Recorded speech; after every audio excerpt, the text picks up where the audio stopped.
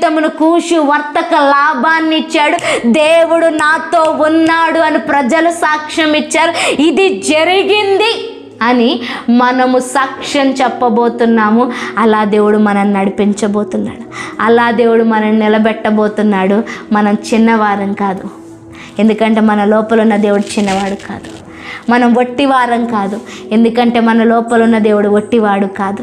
మనం బలహీనులము కాదు, ఎందుకంటే మన లోపల ఉన్న యేసయ్య బలహీనుడు కాదు. మన దేవుడు భయపడేవాడు కాదు, మనము కూడా భయపడాల్సిన అవసరం లేదు. మన దేవుడు ఏ కార్యమైనా చెయ్యగలవాడు. ఆయన ఇప్పుడు వరకు తలపెట్టిన కార్యం ఏది కూడా మధ్యలో ఆగిపోలేదు.